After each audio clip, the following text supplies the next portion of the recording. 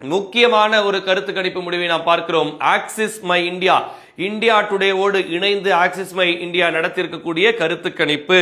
இந்த கருத்து கணிப்பில் தாவேக ஆட்சி அமைப்பதாக சொல்லியிருக்கிறது இந்தியா டுடே. அதாவது 98 இடங்களிலிருந்து 120 இடங்கள், பெரும்பான்மைக்கு தேவை 117 118 தான், 120 இடங்கள் பெற்று ஆட்சி அமைக்கும், தனி பெரும்பான்மையுடன் ஆட்சி அமைக்கும் தாவேகா என்று இந்தியா டுடே தெரிவித்திருக்கிறது.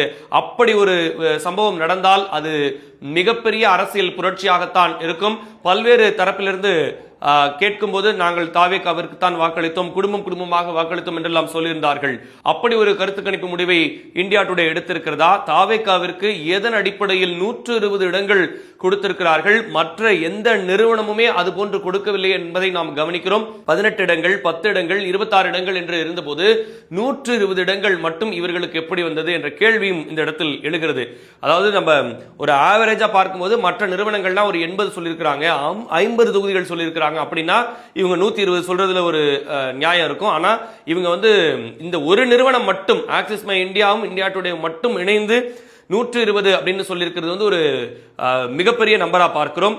இரண்டாவது இடம் கொடுக்கப்பட்டிருக்கிறது திமுகவிற்கு. 92 110 இடங்கள் கொடுத்திருக்கிறார்கள். அதிமுகவினுடைய நிலை பரிதாபமாக இருக்கிறது. இந்தியா டுடே கருத்து கணிப்பின்படி 22 32 இடங்கள் மட்டுமே என்று சொல்லியிருக்கிறார்கள். இது எவ்வளவு தூரம் சாத்தியம் என்று தெரியவில்லை. இருவரும் ஆண்ட கட்சிகள் இந்த இடத்தில் இருக்கும்போது மற்ற அனைத்து நிறுவனங்களும் அந்த இரு நிறுவனங்களுக்கு சாதகமாகத்தான் கருத்து கணிப்பு முடிவுகளை வெளியிட்டிருக்கிறார்கள். அதிகபட்சமாக திமுக ஆட்சி அமைக்கும் என்று சொல்லப்பட்டிருக்கிறது. ஒரு 2 நிறுவனங்கள், டைம்ஸ் நவ் சரி, CNN நியூஸ் 18 சரி, இவங்க 2 பேருமே அதிமுக ஆட்சி அமைக்கும் சொல்லியிருக்கிறாங்க.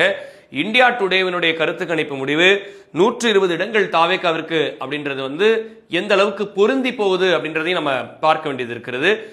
அட்லீஸ்ட் ஒரு 3-4 நிறுவனங்களாவது தாவேகாவிற்கு ஒரு 50 தொகுதிகள் கொடுத்திருந்தா இது நம்மளால ஒத்துக்க முடியும். இந்த ஒரு நிறுவனம் மட்டும் கொடுத்திருக்கிறது கண்டிப்பா மக்கள் எப்படி எடுத்துக்கிறாங்க அப்படின்றத பொறுத்திருந்தா பார்க்க முடியும். எனவே இன்றைய எக்ஸிட் போல் நிலவரத்தினுடைய இறுதி முடிவு என்னவென்றால், திமுக கூட்டணி ஆட்சி அமைக்கிறது.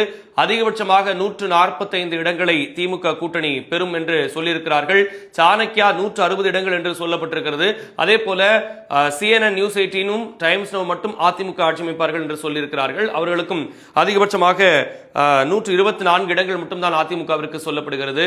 ஒரே ஒரு நிறுவனம் தாவேகா ஆட்சி அமைக்கும் என்று சொல்லியிருக்கிறது, இந்தியா டுடே மட்டும். அது எப்படி இருக்க போகிறது என்பதை பொறுத்திருந்தான் பார்க்க வேண்டும். எனவே இந்த எக்ஸிட் போல் திமுகவிற்கு சாதகமாக இருப்பதாக சொல்லியிருக்கிறது. மக்களின் முடிவு என்ன என்பதை மே 4ஆம் தேதி பார்க்கலாம்.